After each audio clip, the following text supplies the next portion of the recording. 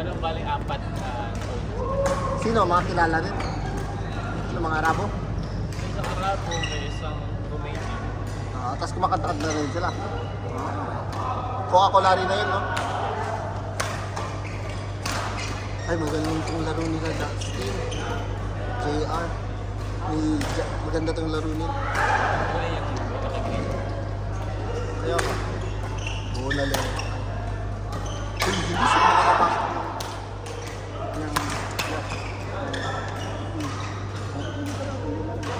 Hindi, pipili naman ng game.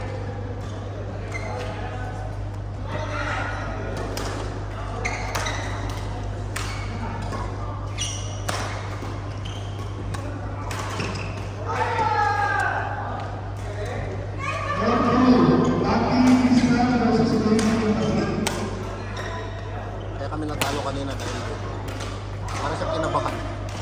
Yan. Yung intro. Kasi nag-28 kami 25 sila. Tapos na-out na siya. Sabi ko, sayang.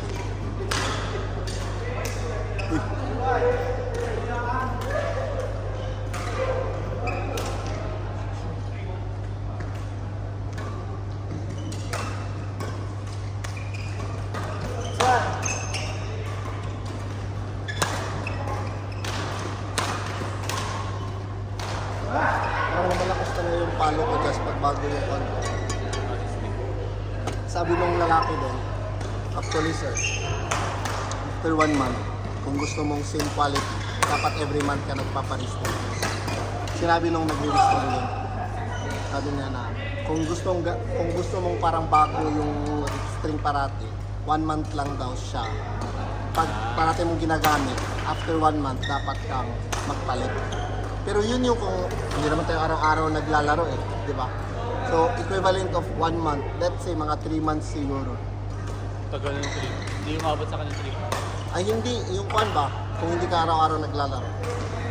Kasi sinabi niya 23 times, 23 days mong gagamitin. Kaya sinabi ko mga 1 month siguro. Ganda, tas yung grip pa, pag madikit, ang sarap ilaro. Nakailang beses na pag ganun ko, lumilipad.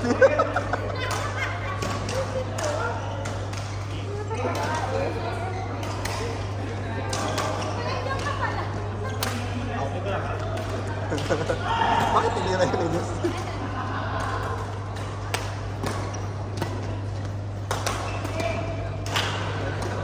Ay.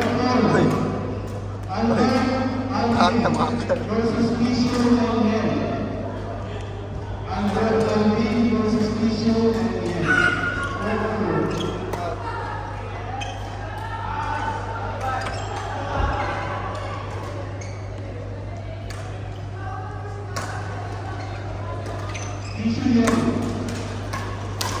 Tagal matapos na ito. Ha? Ano mga toto yun? Bata to, Jess?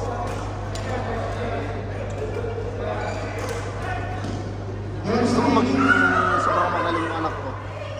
Pero gusto ko sa basketball ko muna siya pa ako na palaruin. Ano na ba ang basketball? Para pisikalan.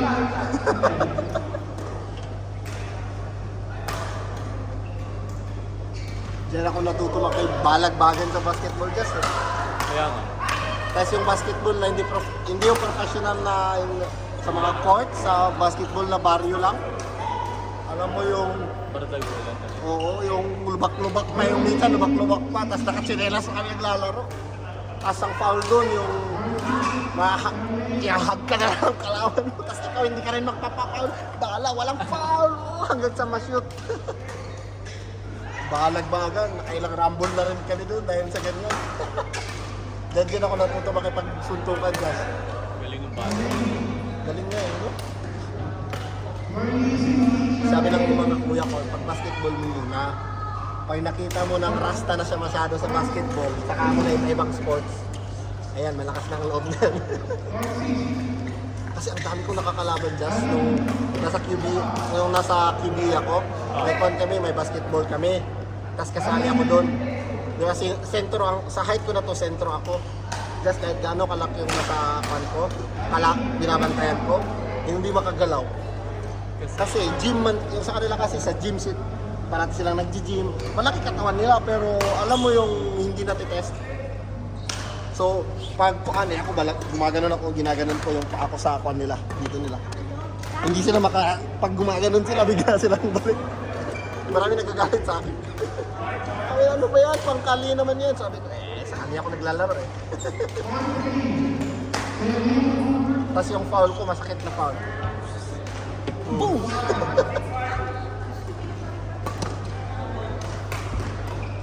Lahat kami yung kakapatid basketball eh. Kaming 4 na lalaki. Saka lang naman ako natuto mag-badminton dahil sa PE sa school eh. Badminton, ping-pong, volleyball. Kaya medyo marulong din ako konti ng ping-pong. Ikaw na.